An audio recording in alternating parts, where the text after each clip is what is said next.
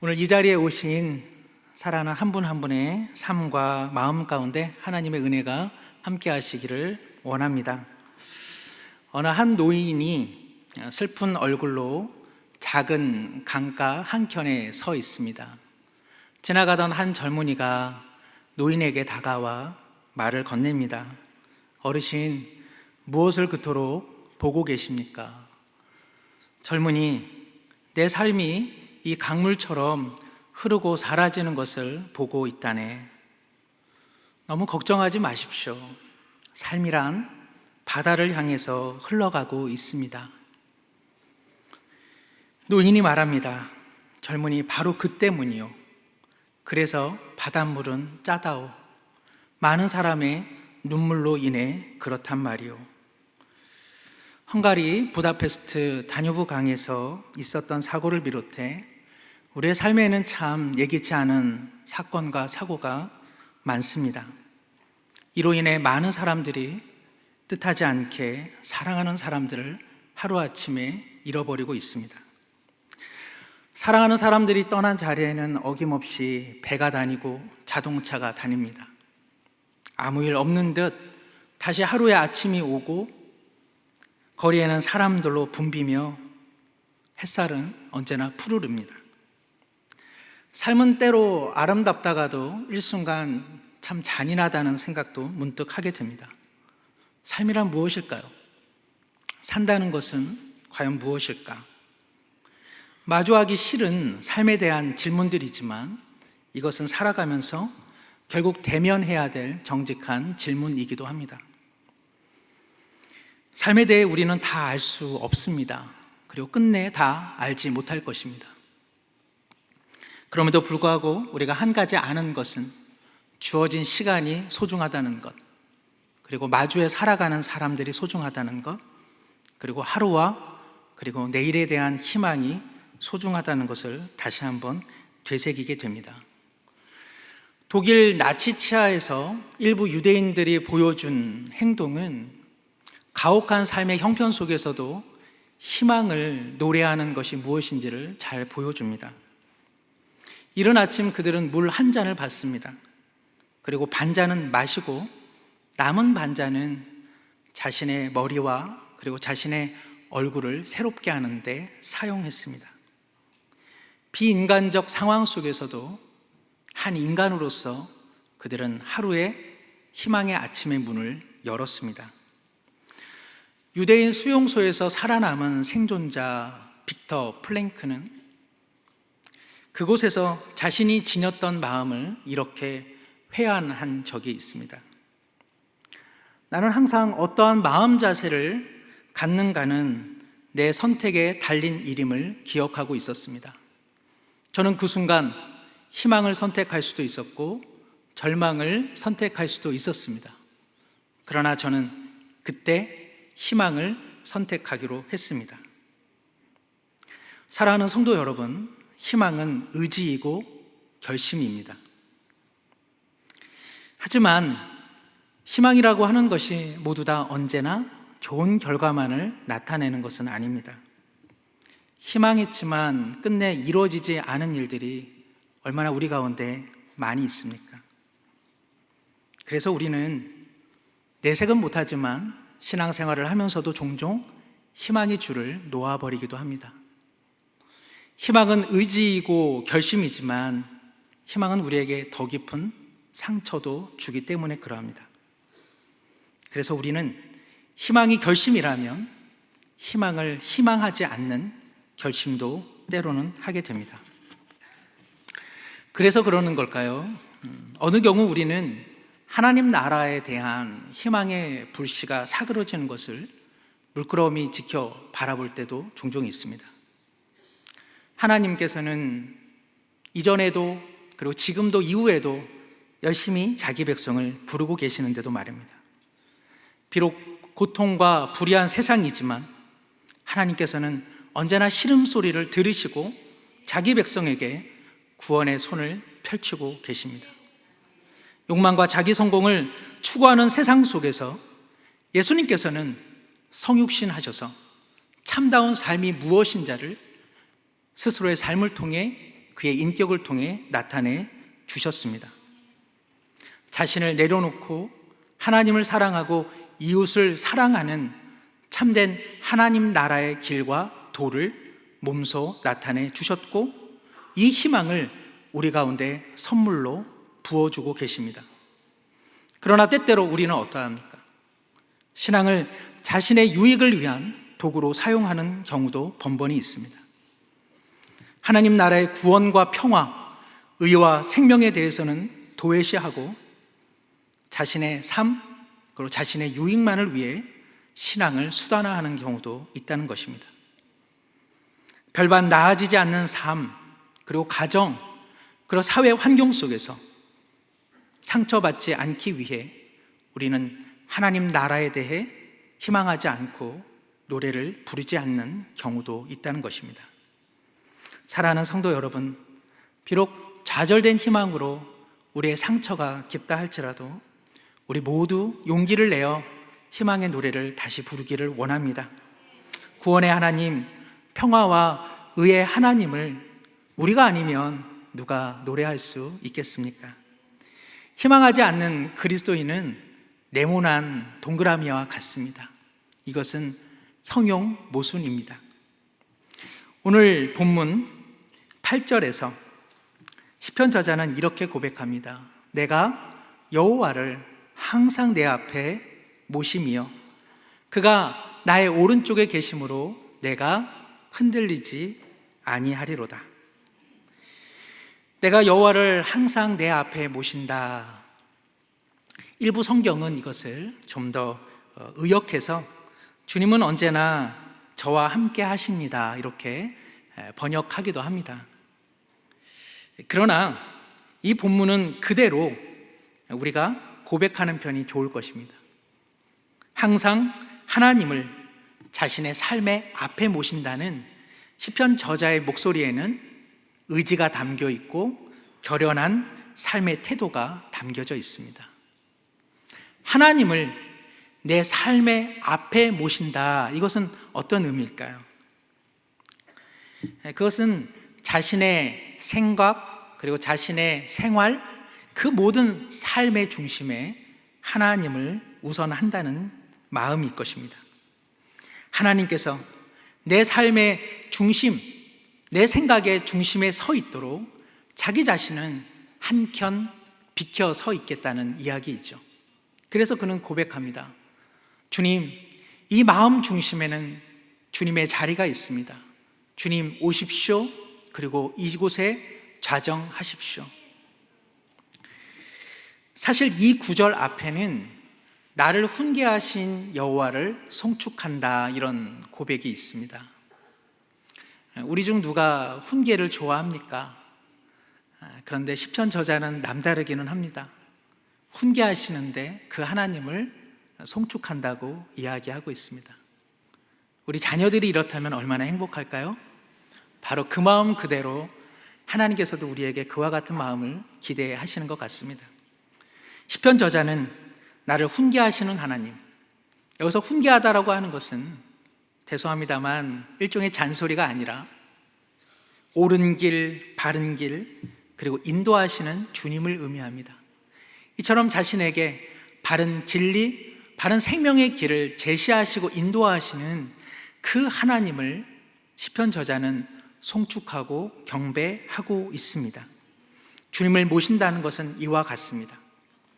주님의 그 어떠한 말씀이라도 그 생명 되신 말씀, 진리 되신 말씀을 부단히 붙잡고 그의 인도하심, 경외하며 따라가는 것이죠. 그러기에 그는 자신의 오른쪽에 계시는 주님으로 인해 임재를 풍성히 누립니다. 앞이라는 말이 그의 삶의 중심이라고 한다면 오른편이라는 의미는 무엇일까요? 우리나라도 그와 같은 유사성이 있습니다만 이스라엘 사람들에게 오른쪽은 중요한 사람이 있는 자리입니다. 동맹 국가의 원수, 혹은 절친한 친구, 혹은 자기를 변호할 변호자, 혹은 증인이 위치하는 자리가 바로 오른쪽입니다. 시편 저자는 여호와 하나님께서 내 오른쪽에 계심으로 내가 흔들리지 않고 내 마음이 든든하다고 노래하고 있습니다. 여호와는 너를 지키시는 이시라. 여호와께서 너의 오른쪽에 계셔서 그늘이 되신다고 시편 121편에서도 시인은 노래하고 있습니다. 여호와 하나님께서 우리 옆에 계심을 믿고 의지할 때에 우리는 든든함을 누릴 수가 있습니다. 든든한 사람들 있죠.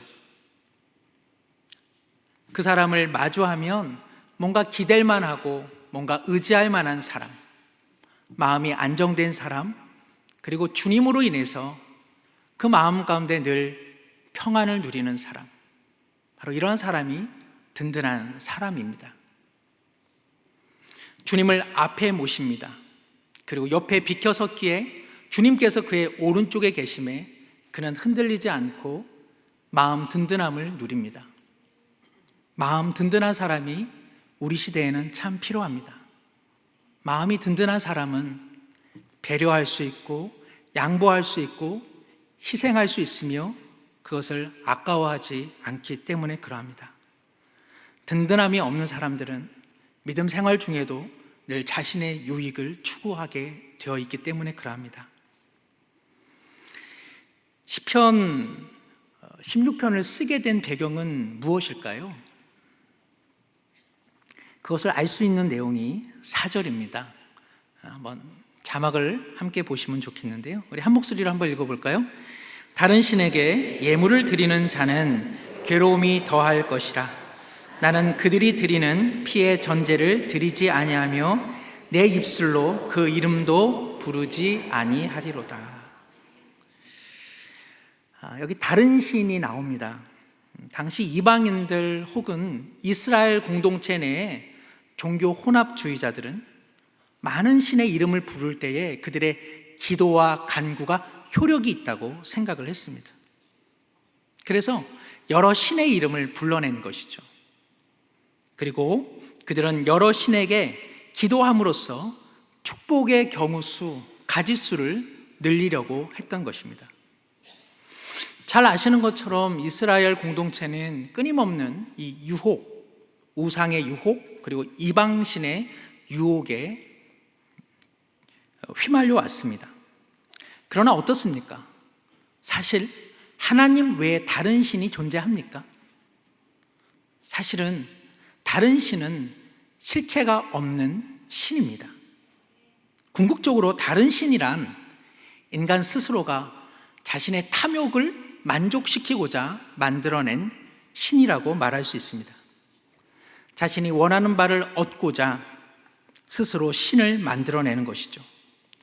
종교성으로 자신의 욕망을 포장하고 그러기에 거기에는 참다운 진리 그리고 윤리가 없습니다.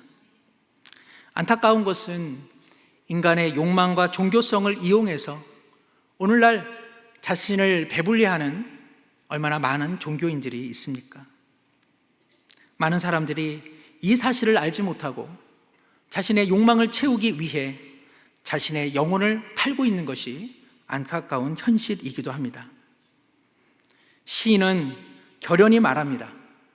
그런 자들에게는 괴로움이 더할 것이다. 그리고 이어 그는 말합니다.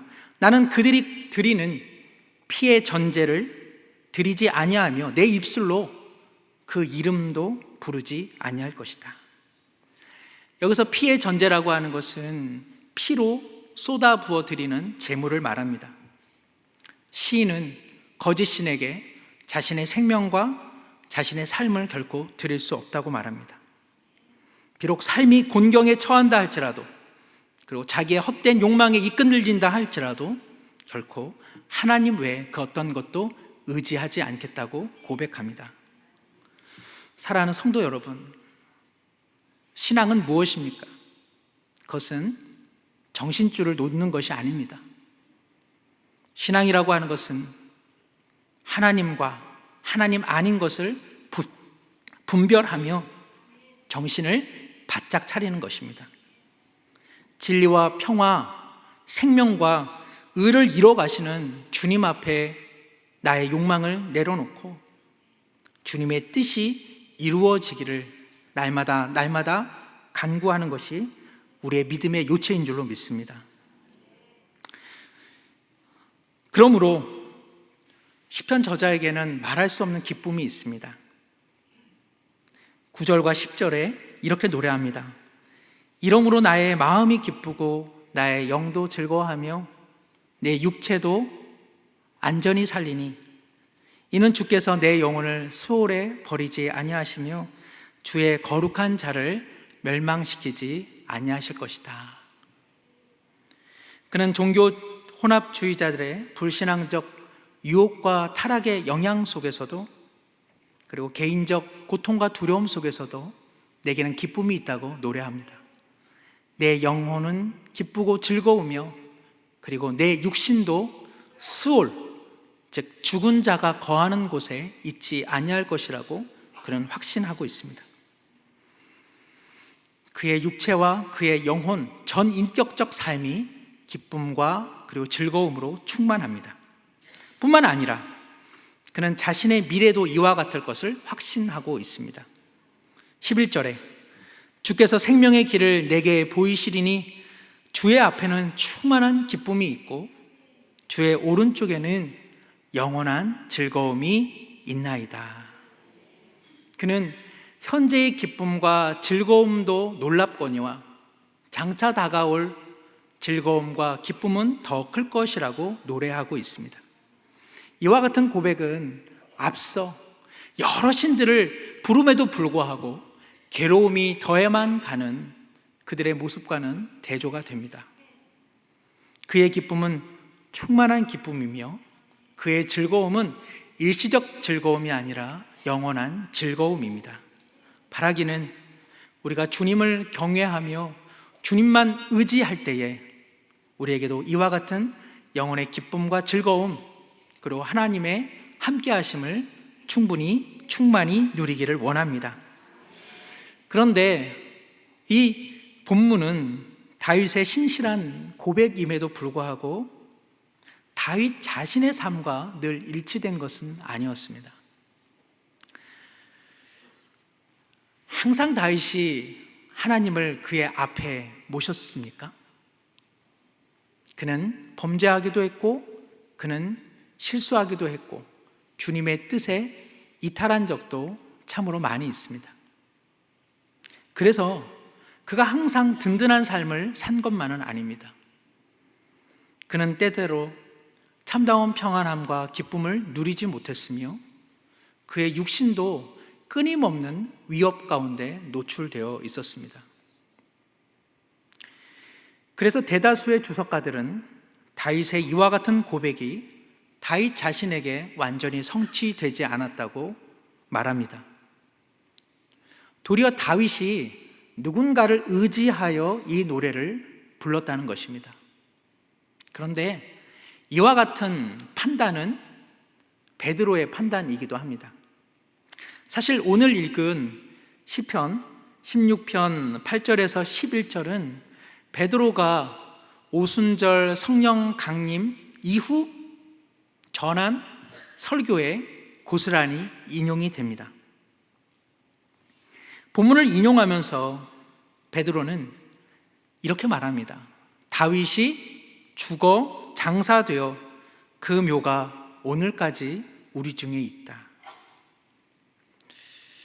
다윗은 생명을 희망하고 노래하였지만 나나 여러분이 아는 것처럼 다윗은 죽어 지금 묘실에 갇혀 있다고 말하는 것입니다.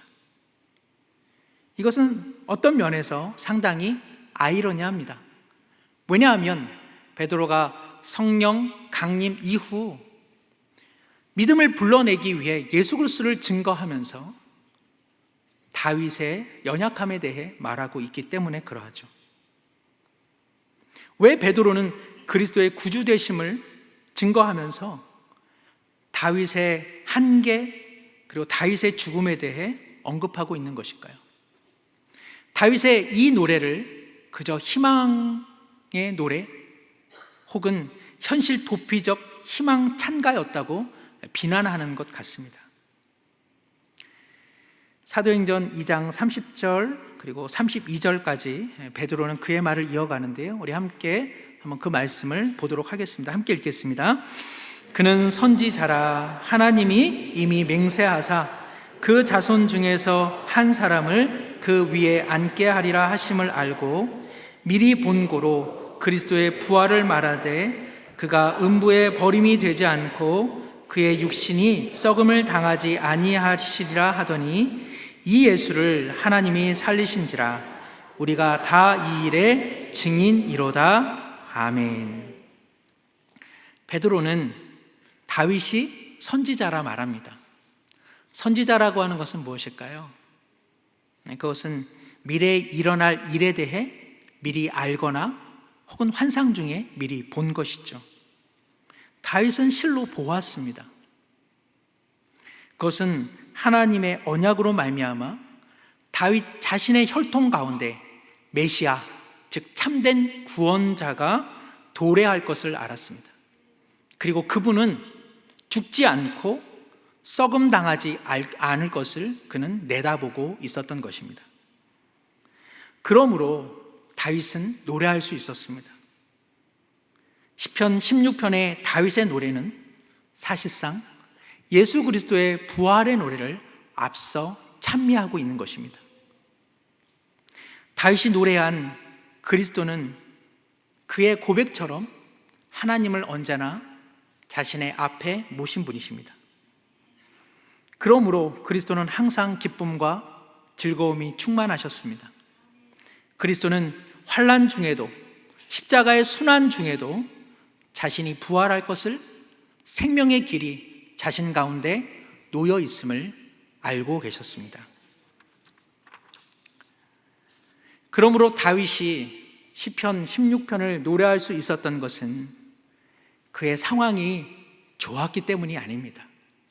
혹은 그의 인생의 전망이 좋았기 때문이 아닙니다. 그가 희망의 노래를 부를 수 있었던 유일한 근거는 그리스도의 부활을 미리 보았기 때문에 그러합니다. 그리고 그분의 부활하심이 궁극적으로 자신을 향한 생명의 길, 기쁨의 길이 될 것을 그는 알았습니다. 그는 그 어떤 것도 충분히 경험하지 못했습니다. 언제 경험하게 될지 그는 알지 못했습니다. 그러나 그는 희망으로 내다보았고 그래서 희망을 노래할 수 있었습니다. 성도 여러분, 우리의 희망이란 만들어내는 희망이 아닙니다. 기독교적 희망이란 무엇일까요?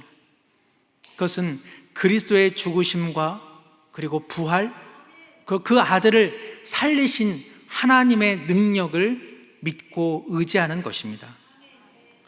우리가 비록 힘겨운 삶 속에서도, 불의한 세상 속에서도 하나님 나라의 의와 평화를 구할 수 있는 유일한 발판은 예수 그리스도의 부활 그리고 하나님의 생명의 능력에 있는 것입니다. 우리가 힘이 있거나 삶의 전망이 좀 더 호전되어질 때 우리는 희망 갖는 것 아닙니다. 예수 그리스도는 순환당하셨고 가난하셨고 비천하셨습니다. 그러나 십자가는 말합니다. 그분의 연약함이 승리라고, 그분의 연약함이 우리에게 생명과 승리를 안겨주었다고 말하고 있습니다. 바로 이것만이 하나님 나라를 희망할 수 있는 근거가 되는 것입니다. 신실한 그리스도인의 삶에도 예기치 않은 고통과 슬픔, 그리고 신앙의, 그리고 사명의 깊은 회의가 얼마든지 몰려올 수 있습니다. 그러나 실망과 그리고 포기가 우리 믿음의 마지막이 될 수는 없습니다. 주님의 부활을 내다볼 때, 그리고 그리스도를 살리신 하나님의 능력을 확신할 때 우리는 다시 희망을 결심할 수 있습니다. 혹시 플로렌스 체드윅이라고 하는 수영선수를 아시는지 모르겠습니다. 아신다면 이상한 겁니다. 그녀는 영국 해협을 왕복 횡단한 최초의 여성입니다. 1952년 7월 4일 34살의 그녀는 전 국민이 생중계로 지켜보는 가운데에 캘리포니아 카탈리나 섬에서 롱비치까지 무려 34km를 16시간 만에 도달하고자 도전을 했습니다. 뼛속까지 스며드는 냉기와 그리고 배고픔, 목마름이 그녀를 끊임없이 한계로 몰아붙였습니다. 그럼에도 불구하고 그녀는 불굴의 의지를 가지고 수영했습니다. 끊임없는 파도가 넘실댔습니다. 그리고 짙은 안개가 그녀의 시야를 가렸습니다. 그럼에도 불구하고 그녀는 헤엄쳤고 수영했습니다. 놀랍게도 이제 1km밖에 남지 않게 되었습니다. 시간은 15시간 55분.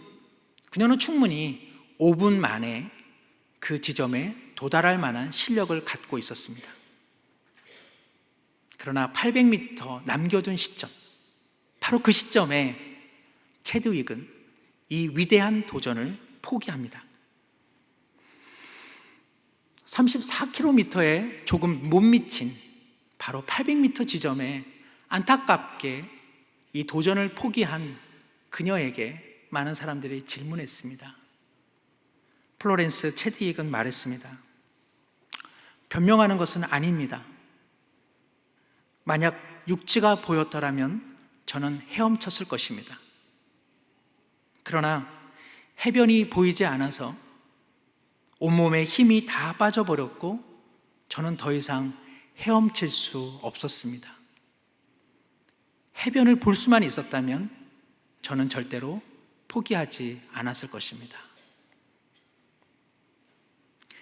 체드윅은 다시 도전하기로 했습니다. 그녀가 두 번째 도전할 때 가장 먼저 한 일은 무엇일까요? 그것은 그 해변가를 가본 것입니다. 그는 그 마을 그리고 그 해변가에서 사람들을 보고 풍경을 머릿속에 담아두었습니다. 2개월 후 체드윅은 다시 도전했습니다. 여전한 냉기 그리고 배고픔 그리고 목마름이 그녀를 힘겹게 했습니다. 또다시 거친 파도가 그녀에게 불어닥쳤고 그리고 그녀는 짙은 안개와 직면했습니다. 그러나 이번에는 달랐습니다. 체드윅은 그 육지가 보이지 않음에도 불구하고 그는 마음으로 고백했습니다. 이 바닷길을 향해 내가 헤엄친다면 나는 반드시 그곳에 도착하게 될 것이다. 비록 보이지 않는 그곳 그리고 짙은 안개와 파도가 그녀를 두렵게 했지만 그녀는 바로 그곳이 저 앞에 있다는 확신으로 그는 계속 헤엄쳐 나갔고 결국 위대한 도전을 성공했습니다. 사랑하는 성도 여러분, 우리의 희망은 만들어내는 긍정적 희망이 아닙니다. 거기 있고 갈 수 있는 희망, 바로 그리스도께서 십자가와 부활을 통해 이루신 희망입니다. 16세기 마틴 루터로부터 촉발된 종교개혁은 그 시작점이 루터만은 아닙니다. 사실상 루터는 두 위대한 종교개혁가들에게 빚을 지고 있습니다. 한 사람은 영국의 존 위클리프, 그리고 또 다른 한 사람은 체코의 얀 후스입니다. 1372년 얀 후스는 중세 기독교 암흑기에 태어나 일평생을 살았습니다. 체코의 대부분 사람이 그러했듯 얀 후스의 가정도 가난했습니다. 후스는 영어로 하면 구스, 거위라는 뜻이고요. 얀 후스가 살았던 그 동네의 명칭도 거위를 기르는 마을이라는 뜻입니다. 얀 후스는 가난에서 벗어나고 싶었습니다. 그래서 그는 사제가 되기로 결심했습니다.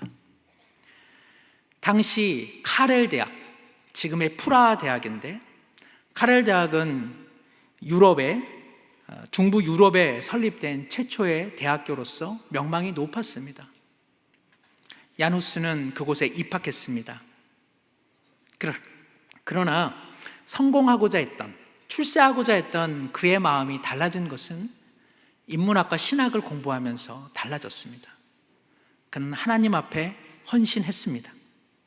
그리고 이후에 카렐 대학의 교수 그리고 총장이 되었습니다. 더불어 대학 교회인 베들레헴 채플에서 그는 사제가 되어 목회직을 수반했습니다. 그는 사회적 계급이 낮은 하층민들에게 마음을 두었습니다. 그들을 위해서 권위주의적이었던 당시 교회의 환경과 구조를 과감히 바꾸었습니다. 그리고 일반 서민들이 알아들을 수 있도록 라틴어 선교를 하지 않았습니다. 그는 체코어, 서민들이 즐겨 쓰는 시장의 언어로 하나님의 복음을 증거했습니다. 그리고 그는 체코어로 성경을 번역하는 일에도 마음을 다하였습니다. 무엇보다도 부패와 오염으로 그리고 정치적 맥락으로 찌들은 중세 교회를 여과 없이 비판했습니다. 결국 중세 교회는 얀 후스를 파면했고 화형시키고자 했습니다. 그의 사제복을 벗겨버렸고 그리고 그의 머리에는 악마의 그림이 그려진 종이 모자를 덧씌우고 이단의 주동자라고 하는 모욕적 글귀를 써넣었습니다. 그는 마치 예수님께서 당하셨던 모욕을 당했던 것이죠. 장작더미에 불이 붙여졌습니다. 그 순간 그는 한마디의 말을 남겼습니다. 당신들은 지금 거의 한 마리를 불태우려고 하고 있지만 100년 후에는 불태울 수도 없고 끓일 수도 없는 백조 한 마리가 나타날 것입니다. 후대 역사가들은 후스가 내다본 그 한 사람, 바로 그 희망의 한 사람이 루터라고 말합니다. 실제로 루터 역시 자신이 얀 후스의 신앙 고백을 따르는 후예임을 말합니다. 그는 이와 같은 기록을 남겼습니다. 거룩한 얀 후스는 보헤미아 감옥에서 이들이 지금은 거위 요리를 할지 몰라도 100년 안에 그들이 입막음할 수 없는 백조의 노랫소리를 듣게 되리라 글을 남겼습니다. 그는 실로 나에 대해 예언한 것입니다. 그리고 하나님의 뜻이라면 그 뜻대로 될 것입니다. 후스가 순교한 지 102년 후 1517년 루터는 비텐베르크 성교회문에 95개의 반박문을 못 박음으로써 위대한 종교개혁의 역사의 서막을 열었습니다. 사랑하는 성도 여러분, 수영선수 프로렌스 체디윅이 도달할 목적지를 내다보았다면 종교개혁가 야누스는 새로운 하나님 나라의 시발지를 내다보았습니다. 현실은 차가웠고 그리고 시대는 캄캄한 어둠이었습니다. 그러나 그는 희망의 줄을 놓지 않았습니다. 희망의 작은 불씨를 그는 살려냈습니다. 자기 시대의 사명의 길을 밝히며 살아갔습니다. 그는 그 자신이 종착지가 아니며 하나님께서 이 어두운 시대를 거치고 새로운 시대를 도래케 할 것을 믿음으로 바라보았습니다. 사랑하는 성도 여러분, 하나님께서는 다윗이 그리스도의 부활을 내다보며 노래하였던 것처럼 우리로 하여금 이 희망의 노래를 부르기를 원하고 계십니다. 그리고 노래할 수 있다고 말씀하십니다. 우리가 하나님 나라의 모든 것을 경험해야만 노래할 수 있는 것은 아닙니다. 그 모든 것을 맛보고 그 모든 것을 경험해야만 희망의 노래를 부를 수 있다는 것은 온전한 신앙이라 할 수 없습니다. 우리는 선물로 주어진 우리 시대와 우리만큼의 시간 속에서 우리만큼의 희망의 노래를 부르다가 주님 부르시는 그날 주님을 다시 대면하게 되는 것입니다. 그리고 다음 세대가 연이어 희망의 찬가를 부를 것입니다. 유태인 포로 수용소의 사람들처럼 우리는 저마다 어떠한 상황 속에서도 인간의 인간다움을 포기하지 않도록 도와주어야 하는 사명이 우리 가운데 놓여 있습니다. 빅터 플랭크의 선택처럼 어떠한 상황 속에서도 절망이 아니라 희망을 선택하도록 우리는 도와주고 격려해 주어야 합니다. 수영 선수 체드윅처럼 비록 앞이 보이지 않아도 그곳에 의와 생명과 평화의 나라가 있음을 무사람들에게 증거해야 합니다. 종교개혁가 야누스처럼 저기 오는 하나님 나라를 힘차게 마중하는 거위의 푸른 꿈의 노래를 불러야 합니다. 바라기는 우리 모두에게 그런 은혜가 넘쳐나기를 간절히 소망합니다. 제가 기도하겠습니다. 주께서 생명의 길을 내게 보이시리니 주의 앞에는 충만한 기쁨이 있고 주의 오른쪽에는 영원한 즐거움이 있나이다. 아멘. 좋으신 하나님 아버지, 상실과 절망의 한복판에 있는 이웃들을 위로하여 주옵소서. 가혹한 삶 속에 딛고 설 땅을 찾지 못하는 가련한 이 시대의 사람들을 긍휼히 여겨 주옵소서. 자기 유익과 배부름을 추구하는 세상 속에서 그러나 항상 주님과 하나님 나라를 첫 자리에 모시게 하옵소서. 하나님 나라, 그 소망의 나라를 완전히 보지 못해 포기하는 이때에도, 그래서 다른 신을 부르며 자신의 욕망을 채워가는 이때에도 섬김과 낮아지심으로 하나님 나라 이뤄가신 그리스도의 부활의 능력을 내다보게 하옵소서. 자기 아들을 살리신 하나님의 능력을 증거하게 하여 주옵소서. 헌당 감사 예배 이후 우리가 그 경축과 기쁨의 마음을 어느 상황 속에서도 하나님 나라 희망하며 살아가는 그런 희망의 사람이 되게 하여 주옵소서. 예수님의 이름으로 기도드립니다. 아멘.